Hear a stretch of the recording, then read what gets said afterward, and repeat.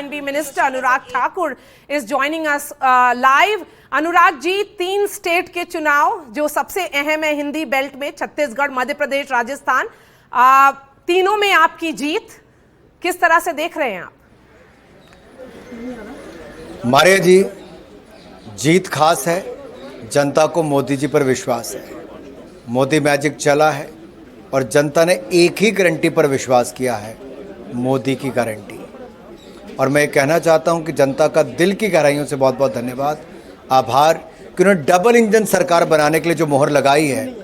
हम डबल विकास और सुशासन इंश्योर करेंगे और ये मोदी की गारंटी ही है, जिसने, अगर आप मध्य प्रदेश में देखेंगे तो वहाँ पर जीत इतनी बड़ी हुई है, ऐतिहासिक हुई है कि साथ वाले राज्यों को भी लगा कि पिछले 5 वर्षों में भाजपा की सरकार नहीं थी तो बहुत नुकसान हुआ।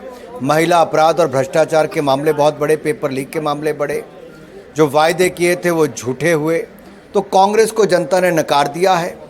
और छत्तीसगढ़ की बात करूं तो महादेव का श्राप कांग्रेस साफ, गौ माता का श्राप कांग्रेस साफ, गंगा जल की झूठी कसम खाई थी, माँ गंगा का श्राप कांग्रेस साफ, और गरीब जनता के साथ जो भेदभाव और झूठ बोला, जनता का श्राप कांग्रेस साफ।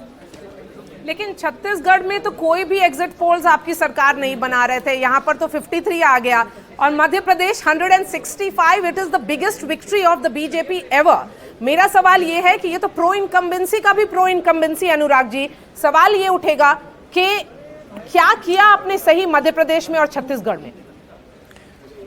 मैं पहले छत्तीसगढ़ पे आना चाहता हूं। छत्तीसगढ़ में कांग्रेस के लिए एटीएम बन गया था, भ्रष्टाचार का अड्डा, उग्राही का अड्डा, और पैसा कमाकर वो केंद्र के पार्टी तक पहुंचाने का काम।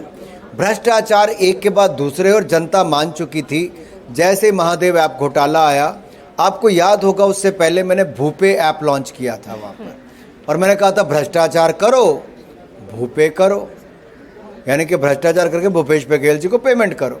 और ऐसा चिपका, और प्रधानमंत्री मोदी जी ने भी जाकर जब कहा कि इन्होंने तो महादेव को भी नहीं छोड़ा, तो लोगों को वापस एक बार वापस याद कराना कि शराब घोटाला, कोयला घोटाला, गोठान घोटाला, महादेव ऐप घोटाला, घोटाले पे घोटाला, कांग्रेस के छत्तीसगढ़ का राज्य बन गया था। पेपर लीक एक नहीं अनेक, राजस्थान में 19 पेपर लीक हुए, तो छत्तीसगढ़ में तो पूरी कांग्रेस का ऐसा लगता था उन्हीं के लिए सरकार नौकरियां निकाल रही है।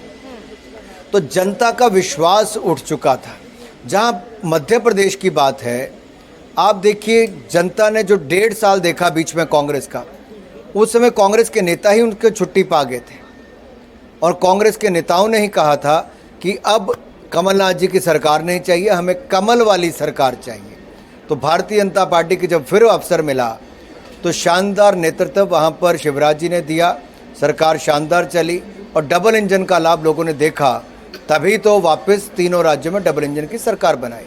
अनुराग जी, आप भी ये तीनों स्टेट में कैंपेन कर रहे थे, पर्टिकुलरली यूथ वोटर्स या युवा वोटर के बीच में आप काफ़ी दिखे हैं। मेरा सवाल ये है कि फर्स्ट टाइम वोटर्स ने क्यों भाजपा का साथ दिया? वुमेन वोटर्स के बारे में तो अब कहा जाता है कि एक कास्ट न्यूट्रल कॉन्स्टिट्यूएंसी, एक जेंडर कॉन्स्टिट्यूएंसी नरेंद्र मोदी के साथ खड़ी हो रही है। देखिए, युवा अपना वर्तमान और भविष्य देखते हैं, और जब वो देखते हैं कि अगर दुनिया अपना भविष्य भारत के साथ देख रही है और भारत के नेतृत्व में विश्वास कर रही है, तो युवा तो बहुत समझदार है भारत का। मोदी सरकार की नीतियां जो युवाओं के हित में हैं। स्टार्टअप इंडिया देखिए, भारत कहीं नहीं था 2014 में, आज दुनिया की तीसरी सबसे बड़ी शक्ति बन गई है। आज हमारे जो बाकी मेक इन इंडिया प्रोग्राम हो या आत्मनिर्भर भारत हो, उसका ये फ़र्क देखने को मिलता है कि भारत 10वें से 5वीं सबसे बड़ी अर्थव्यवस्था बन गया। हम दुनिया के सबसे बड़े खाद्यान्न से लेकर दूध उत्पादन वाले देश बन गए। सेकंड लार्जेस्ट हम लोग स्टील से मोबाइल मैन्युफैक्चरर बन गए, और थर्ड लार्जेस्ट ऑटोमोबाइल मैन्युफैक्चरर बन गए। एक के बाद दूसरी हमने कीर्तिमान स्थापित किए। यूपीआई भीम या डिजिटल पेमेंट्स की बात करूं, दुनिया में नंबर 1 भारत है। 46% पेमेंट दुनिया की भारत में होती है। तो युवा देखते हैं कि एक ईमानदार सरकार केंद्र में है, और राज्यों में भी जहां इनकी सरकारें वो ईमानदारी से काम कर रही हैं। तो युवा केवल चाहता है नीति ऐसी जहां पे उनको अवसर मिले, तो आज का युवा नौकरी लेने वाला नहीं देने वाला बनना चाहता है और युवाओं को एक अपनी भूमिका मोदी जी के साथ इस देश को विकसित राष्ट्र बनाने में नजर आती है। छत्तीसगढ़, मध्य प्रदेश, राजस्थान, तीनों राज्यों में अनुराग जी भाजपा किसी चेहरे के साथ नहीं गई, नरेंद्र मोदी के अंडर में कलेक्टिव लीडरशिप के साथ गई है। तो क्या ये माना जाए कि ये सब स्टेट में एक एक्नॉलेजमेंट भी था कि स्टेट लीडरशिप कमजोर है, इसलिए ब्रांड नरेंद्र मोदी ही क्लिक कर सकता है?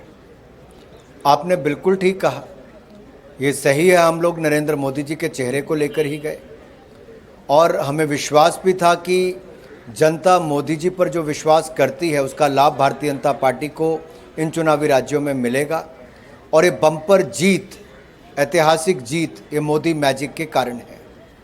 जनता ने दिखा दिया है कि झूठी गारंटी नहीं चलेगी। घमंडिया गठबंधन का घमंड और अहंकार चूर चूर किया है, जिन्होंने पत्रकारों को भी विरोध किया, तिरस्कार किया, जनता ने उनको नकारने का काम किया है। जनता जानती है कि अगर आप जातिवाद के नाम पर बांटोगे तो जनता को सुशासन और विकास चाहिए, जातिवाद नहीं चाहिए। अब कांग्रेस क्षेत्रवाद पे चली है, वो कहती है उत्तर और दक्षिण करने का काम। मैं फिर कहना चाहता हूँ, राहुल गांधी जी ने वायनाड से कहा था कि उत्तर के लोगों को पता नहीं जो दक्षिण के लोगों को पता है। उन्होंने अपमान किया था उत्तर प्रदेश के लोगों का या उस कॉन्स्टिट्यूएंसी का भी जहाँ से वो कई बार सांसद चुनकर गए। अब जनता ये सब बड़ी बारीकी से देखती है, लेकिन जनता को क्षेत्र में नहीं बंटना, जाति धर्म में नहीं बंटना है। लेकिन अनुराग जी, अगर मोदी मैजिक हिंदी बेल्ट में काम कर रहा है तो तेलंगाना में आप तीसरे नंबर पे क्यों हैं? चौथे नंबर पे भी हो सकता है। मारिया जी, इसमें मैं आपको एक स्पष्ट करूं, हमारी पिछली बार 1 सीट थी, आज 9 सीट की बात आती है। 9 गुना ज़्यादा सीटों में और वोट बैंक में 7% से बढ़कर 15% होना, दुगने से ज़्यादा होना, ये बहुत बड़ी छलांग है। दूसरी बात मैं कहूँ, बाई इलेक्शन हुए, उसमें 2 by election Bharatiya Janata party जीती, कांग्रेस तीसरे नंबर पे थी।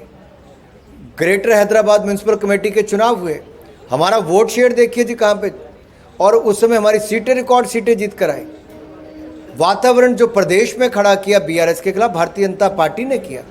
ये बात सही है कि सरकार हम नहीं बना पाए, लेकिन रिकॉर्ड हमने सीटें जीती हैं पिछली बार की तुलना में और हमारा वोट शेयर भी दुगने से ज़्यादा हुआ है। छत्तीसगढ़, मध्य प्रदेश, राजस्थान, अनुराग जी, तीनों राज्य आप 2018 में हारे थे, लेकिन 2019 में एक स्वीप था, मोदी वेव था जो दिखा था, और इस बार तीनों राज्य आप जीत रहे हैं, तो 2024 में क्या होगा? जनता का आशीर्वाद फिर 2024 में मिलेगा। जनता जब जब मोदी जी को आशीर्वाद देती है, पूर्ण बहुमत की सरकार बनती है और देश आगे बढ़ता है, गरीबों का कल्याण होता है। जनता ने देखा है कि 13.5 करोड़ गरीब गरीबी रेखा से बाहर पिछले 5 सालों में आए।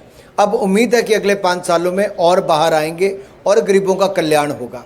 अगर 4 करोड़ पक्के मकान, 12 करोड़ शौचालय, 9.5 करोड़ बहनों को रसोई गैस का सिलेंडर, 13 करोड़ घरों को नल से जल, 60 करोड़ लोगों को 5 लाख का इलाज और 80 करोड़ से ज़्यादा गरीबों को मुफ्त में अनाज मिला है, तो जनता चाहती है कि आगे भी मिलता रहे।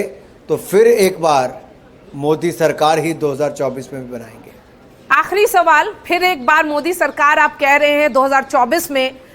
बीजेपी मशीनरी कभी थकती नहीं है, एक चुनाव खत्म होता है, दूसरी चुनाव की तैयारी होती है। अभी आप बीजेपी हेडक्वार्टर्स में हैं, तैयारी 2024 की शुरू हो चुकी है। मेरा सवाल है, प्रधानमंत्री थोड़ी देर में आने वाले हैं, तो किस तरह का स्वागत का इंतजाम किया गया है? हम तो एक ही नारे के साथ चलते हैं, चरेवेती चरेवेती चरेवेती।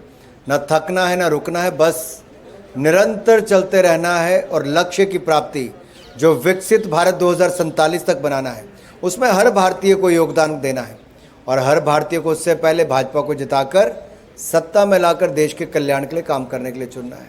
आप ये भी मानते हैं कि पर्सनल अटैक्स जो हुआ है प्राइम मिनिस्टर मोदी के अगेंस्ट में, वो हमेशा बैकफायर करता है, और क्या ये रिजल्ट्स उसी का एक संकेत है? हमारे अच्छी, अगर आप देखें, जब जब कांग्रेस ने गुजरात से लेकर देश के चुनावों में मोदी जी पर अपशब्द कहे, अपमान किया है, कीचड़ उछाला है, जितना कीचड़ उछाला उतना ही कमल खिला है। जितने अपशब्द कहे मोदी जी उतने निखर कर बाहर आए हैं, क्योंकि मोदी जी को जवाब नहीं देना पड़ता, जनता वोट से जवाब देती है और मोदी जी के हक हित में देती है। Anurag Thakur, really appreciate your time. Thank you for speaking to NDTV.